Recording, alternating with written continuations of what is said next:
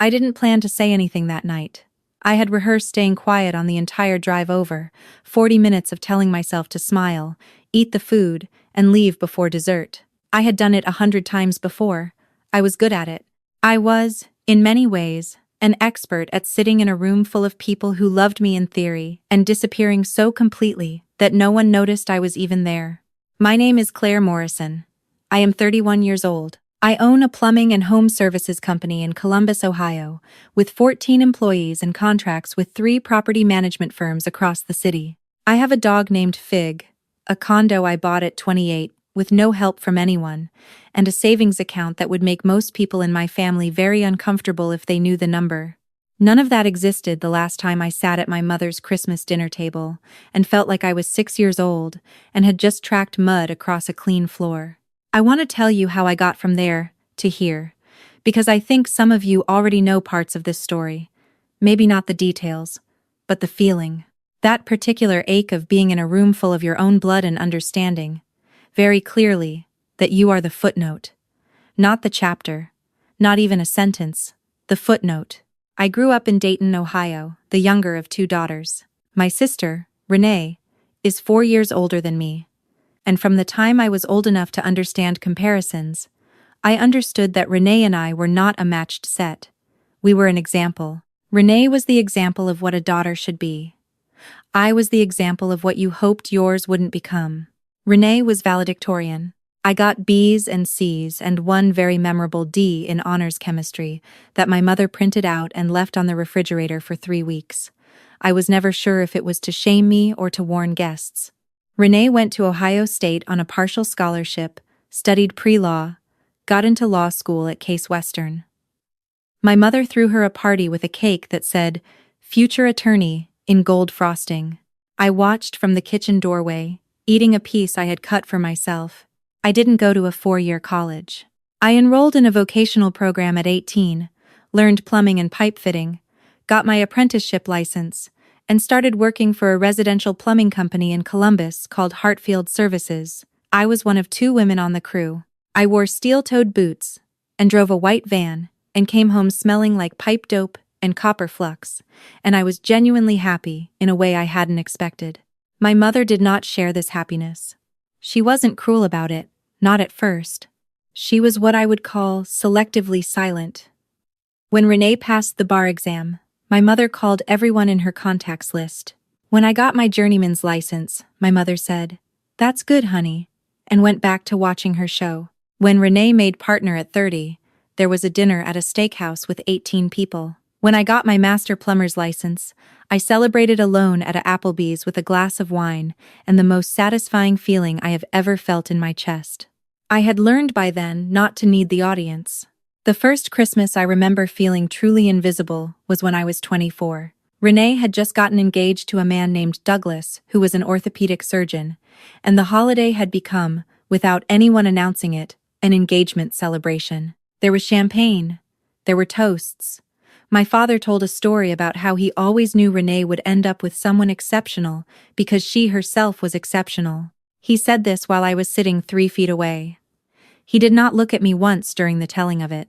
I ate my green bean casserole and drove home in the dark and called my friend Becca from the parking lot of a gas station because I didn't trust myself to make it to Columbus without pulling over. "Come over," Becca said. "I'll make hot chocolate." I did. And sitting in her kitchen at 11 o'clock on Christmas night, I decided I was done performing for people who had already decided what the performance was about. I was done trying to make them see something they had chosen not to look at. I went home that night and I worked. I want to be honest about the next few years because I think it matters. It wasn't a clean arc. It wasn't a montage. I worked at Hartfield for 2 more years, took every certification course I could afford, saved obsessively, and started doing side jobs on weekends under my own name. Small stuff at first, water heater replacements, drain cleanings, a kitchen remodel that needed new supply lines. I kept a spreadsheet. Every dollar I made outside of my regular paycheck went into a separate account, I called, for my own private amusement, the Footnote Fund. By the time I was 27, I had enough to make a real decision. I won't pretend the decision wasn't terrifying. I gave my notice at Hartfield on a Tuesday in March, and I sat in my car afterward for 20 minutes before I could drive. I had 3 clients, a second-hand service van I had bought from a guy in Westerville, and a business license I had filed myself on a Saturday afternoon. Morrison Home Services. My name. On a business I built from nothing. I didn't tell my family for 4 months. Not because I was ashamed. I had learned something about my family by then, something I wish someone had told me earlier. When you share something fragile with people who have decided you are fragile, they do not protect it. They confirm their own story by watching it break. I told Becca. I told my Aunt Patricia in Cincinnati, who was my mother's older sister and the only person in my extended family who had ever looked at me like I was worth looking at. Aunt Patricia said, "Baby, it's about time," and wired me $500 I didn't ask for, and told me to buy a good work belt. I still have that work belt. When I finally told my mother, we were on the phone. She went quiet for a moment, and then said, "So you quit your job? You quit a steady job to do what exactly? Go around fixing people's pipes by yourself?" I said yes. She said, "Okay," in the specific tone she reserved for things she had already decided were mistakes. I said goodbye, hung up, and got in my van and drove to a job in Upper Arlington, where a family needed their water main replaced. I spent 6 hours in a trench in the cold, got the job done right, and charged them what the work was worth. It was the best day I'd had in months. Renee, I should tell you, was not neutral in all of this. Renee had opinions, the way people with unchallenged confidence always have opinions about the lives of people they've decided are beneath them. She thought my career was limiting. She once told me at a family brunch, in front of my parents and Douglas, and 2 of their couple friends who I had never met, that she hoped I had a plan B because physical labor was not sustainable past a certain age. She said it with the smile she uses when she is saying something she knows is cruel but believes she can dress up as concern. I smiled back. I am very good at that particular smile. What Renee did 2 years later was worse than an opinion. I had, by then, landed my first property management contract. A company called Pinnacle Group managed several apartment complexes in the Columbus area, and they had put out a request for bids on plumbing services. I submitted a bid. I had spent 3 days on it. I priced it carefully, included my insurance certificates, my licenses, my references, 3 letters from residential clients. I was proud of that proposal in the way you are proud of something you built entirely with your own hands. I didn't know that Douglas's college roommate, a man named Kevin, worked at Pinnacle Group. I didn't know that Renee knew this. I didn't know about the phone call she made. What I found out, 6 weeks later, was that Pinnacle had given the contract to a larger company, which was not unusual. What I found out 3 months after that, from a woman named Diane, who worked in Pinnacle's operations department and had seen enough corporate nonsense to not care about office politics anymore, was that someone had called Kevin and expressed what she described as concerns about my company's stability and professional history. Diane told me this over coffee because she had been referred to me through a friend, and when she mentioned Pinnacle during our small talk, she watched my face change in a way that made her ask a question. I drove home that night, and I sat in my kitchen for a long time. I want to be precise about what I felt, because I think precision matters here. It was not shock. Shock implies that you couldn't have seen it coming, and somewhere, in the part of me that had grown up invisible in my own house, I think I had always known that Renee did not wish me well. Not with anything that might make me the kind of success that required people to revise their story about who the 2 Morrison daughters were. What I felt was something heavier than shock and calmer than rage. It was a settling, the way a bone sets after it has been broken and healed wrong and then finally broken again in the right place. I did not call my parents. I did not call Renee. I thought about it. I rehearsed it. I had a very satisfying imaginary argument with my sister in the shower that I will never repeat out loud. And then, I went to work. I got that Pinnacle contract 14 months later, after their previous provider missed 3 service calls in a single building in 1 month, and a tenant went to the city. By then, I had hired 4 employees. By then, I had a second van with the company name on the side. By then, I had a website that Becca's husband built for me, and a Google rating of 4.9 stars, and a folder on my laptop that I privately called the receipts, which contained every contract, every certificate, every 5-star review, every piece of documentation of a company that was very much alive and very much thriving. I want to tell you about the year before the Christmas that changed everything. It was not a dramatic year from the outside. I turned 30. I bought my condo. I hired my 7th, 8th, and 9th employees. I landed 2 more property management contracts and started getting referrals from a real estate agent on the east side who told all of her clients to call me before they closed. Life was quiet in the way that forward motion can be quiet when you are too focused to notice the distance you've covered. My family life continued to be what it was. Holiday appearances, careful smiles, dinners where my mother asked about Renee's cases and Douglas's practice, and forgot to ask about me until dessert, at which point she would say something like, "And how is the plumbing business, Claire?" In the same tone she might ask about an exotic pet she had never quite understood. I kept going. I kept building. I stopped expecting anything different.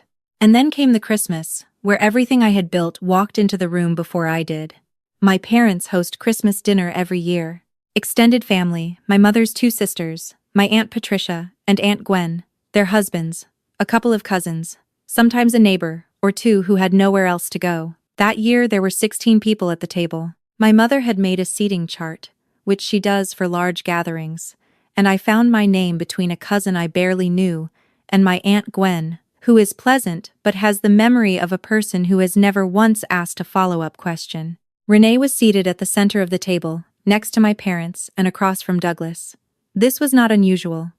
The geography of that dinner table had always been a map of my family's priorities. I arrived early, which I do not usually do, because Aunt Patricia had called me the night before and asked me to come help her set up. Patricia had driven up from Cincinnati and was staying in the guest room, and when I arrived, she opened the door before I could knock and hugged me for a long time and said, "You look good, baby.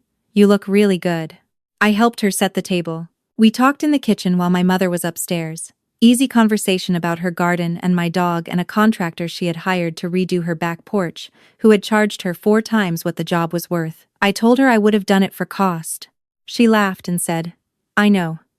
I should have called you first." People started arriving around 4. Renee and Douglas came in 30 minutes later, and Renee was wearing a coat I recognized from a store I had walked past once, and noted as the kind of store where a coat costs more than my first van. She looked polished and composed and like someone who had never once had grout under her fingernails, which I say without jealousy and without resentment, because I have genuinely made my peace with being a different kind of person than my sister. What I had not made peace with, what I realize now I was still carrying without fully knowing it, was what happened when my cousin Kevin's wife, a woman named Marie who had never met me before, turned to my mother at the edge of the living room and nodded in my direction and asked, "And who is this?" My mother looked at me, and in the half-second before she answered, I saw something move across her face, not cruelty, exactly, but a kind of reflexive flattening, the same expression she had been making my whole life when she was about to summarize me. "That's Claire," my mother said. "She does maintenance work, fixes things." Marie nodded politely and turned back to her conversation. I stood there for 1 second, 2, 3. My Aunt Patricia, who had been standing 6 feet away holding a glass of wine and a dish towel, went completely still. I didn't say anything in that moment. I got a glass of sparkling water and I found my seat and I sat down, and the dinner proceeded the way dinners in that house always proceeded. Renee discussing a high-profile case she was working. Douglas explaining a surgical technique to my uncle who is an engineer and therefore considered an appropriate audience for medical discussion. My father laughing at Douglas's jokes with the specific laughter of a man who still can't believe his daughter married a surgeon. I ate. I listened. I was, professionally and effortlessly, invisible. We were between the main course and dessert when my father stood up and said he wanted to say a few words. He did this every year. It was a tradition, the kind that felt meaningful from the inside of it, and I did not begrudge him the tradition, even knowing what it usually contained and what it usually omitted. He talked about the year. He talked about gratitude. He talked about Renee's promotion to senior associate, which had happened in the spring. He made a toast, and 16 people raised their glasses, and I raised mine. Then my Aunt Patricia stood up. I did not know she was going to do this. Patricia is not a woman who announces her intentions. I want to add something, she said, and her voice was completely calm and completely clear, the voice of a woman who had decided something. I want to toast my niece Claire. The table went quiet. I want to toast her because this year, Morrison Home Services signed its third property management contract, because she now has 14 employees, because in 4 years of running her own business, she has never missed a payroll, never lost a contract for cause, and never asked a single person in this family for a single dollar. Patricia paused. I know this because I asked her. I asked her directly, and she told me. The way she tells the truth about everything, quietly, and without making a production out of it. The table was very, very quiet. My mother's face was doing something complicated. Renee was looking at the centerpiece. Patricia raised her glass toward me, and her eyes were bright. To Claire, who has been building something extraordinary in a room where no one was watching. Some of us were watching, baby. Some of us always were. I looked at my aunt, and I felt something happen in my chest that I don't have a clean word for. It wasn't triumph. It was closer to relief, the particular relief of being seen by someone who had always been looking. Thank you, I said, and my voice was steady. The table came back to life slowly, the way rooms do after a long silence. My cousin's wife, the woman named Marie, leaned across the table and said, I'm sorry, did she say you own the company? And I said yes. And she said, how many employees? And I said 14. And I watched her recalibrate in real time. Douglas asked me something about commercial contracts. A genuine question, delivered in a different tone than anything he had ever asked me before. My uncle, the engineer, asked about my licensing structure and whether I had considered industrial contracts. My cousin asked for my card, actually asked for my business card, because he had a friend who managed a building complex on the northwest side. I had cards in my coat pocket. I always have cards. My mother did not speak to me directly for most of the rest of the evening. I noticed, and I felt the familiar ache of it, and then I let it pass the way I have learned to let things pass, not by suppressing it, but by holding it lightly, acknowledging it, and setting it down. She found me in the kitchen near the end of the night when most people had moved to the living room. I was wrapping up the leftover rolls the way I always did at the end of these evenings, a small thing I had always done because no one else ever thought to do it, and she came and stood beside me and looked out the window over the sink. I didn't know, she said finally, about the contracts, about how many people you had working for you. I kept wrapping the rolls. I know, I said. She was quiet for a moment. You could have told me. I thought about all the times I had tried to show her something and watched her look away. I thought about the refrigerator with the chemistry grate on it. I thought about the Applebee's where I sat alone with my wine. I thought about the spreadsheet called the Footnote Fund, and the work belt from Patricia, and the day I drove away from Hartfield Services with 3 clients and a second-hand van, and enough faith in myself to be terrified. I know I could have, I said, but I needed to build it for me first, not for an audience. She didn't say anything else. Neither did I. We stood in the kitchen for another minute, and then she picked up a dish towel and started drying the glasses that had been left to air by the sink, and I finished with the rolls, and we worked in silence in a way that felt, for the first time in a very long time, like something that might eventually become something else. I drove home that night with the heater running and Fig asleep in the back seat, and I called Becca from the highway. How was it? She asked. Different, I said. Patricia made a toast. There was a pause. Then Becca said, Tell me everything. And I did, the whole way home. Exit signs passing in the dark, and the city lights coming up ahead of me. The skyline of a city where I had built something no one had expected, and no one had helped with, rising up the same as it always did. But looking, from that night forward, like mine. I want to say something before I finish, because I think it's the only thing worth saying. I am not telling you this story so you can feel righteous about my success and contemptuous of my family. That is the easy version of this story, and I have been tempted by the easy version, believe me. I know what it feels like to want someone to pay a visible price for making you invisible. I have wanted that. I am human. But here is what I know after 31 years and 4 years of building something from nothing in a city where no one owed me anything. The work was never about them. The business was never about proving something to my mother or my sister, or anyone at that table. The footnote fund was a joke I made with myself because jokes help, not because I was building toward a moment where I could say, "See, look, you were wrong." I was building toward a life where I didn't need them to be right or wrong about me. The toast was Patricia's gift to me, not my revenge on anyone. And the difference between those two things is, I think, the whole story. If you are the person in your family who has been handed the role of the cautionary tale, of the one who didn't go the right way, or get the right degree, or make the right choices, I am not going to tell you that success will fix it.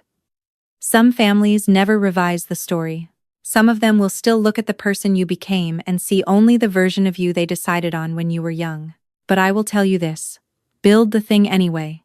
Build it quietly, if that's what protects it. Build it in the early mornings, and the late nights, and the hours when no one is watching.